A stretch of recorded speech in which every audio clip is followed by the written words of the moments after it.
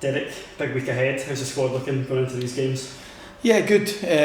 Obviously, we're still without Ben Cresceni. Unfortunately, he's still in a boot, but we'll get him rescanned and re-imaged next week and see how he is. He might have a chance for the Hibs game, but got a bit to do.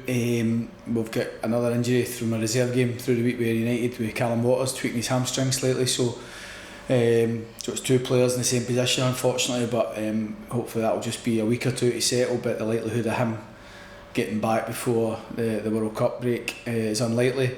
Christian Doid's progressing well. This game will come too quick for him.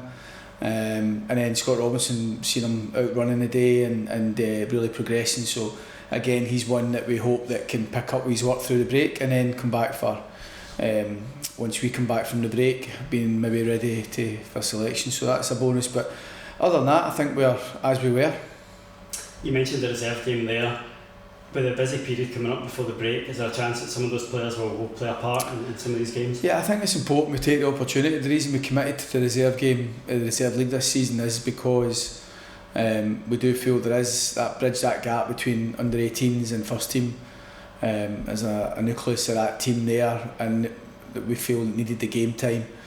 I think it's difficult for players just to keep training for training's sake, and obviously I can only pick 11 players starting, and I can only put so many on the bench, and because the squad is quite healthy in terms of numbers, then these reserve games are very important. So it's good that when we get the opportunity to play these games, that all being well, we can play the games. And I think, as you say, with games coming up, you never know. You see how quickly it can turn for players if they're out of the team and all of a sudden they get involved and they get a wee run at it. So maintaining fitness is a big part of that, maintaining their focus when they're out the first team, but also equally as well for players coming back from injury. These games are essential. And tomorrow night we're back to Friday night football at Rugby Park. Yeah. Is that something you're looking forward to? We had a request for Livingston a while back, and we thought long and hard about it, spoke to the club about it, and we thought it was an opportunity firstly to try Friday night football, but also gives us an extra day's prep ahead of the Dundee United game.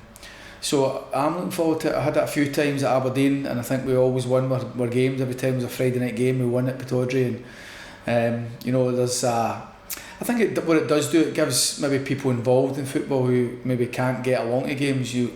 Most junior football, amateur football, kids football is a Saturday, so maybe a lot of Kelly fans out there who don't ordinarily get a chance to see the team on a Saturday can come along.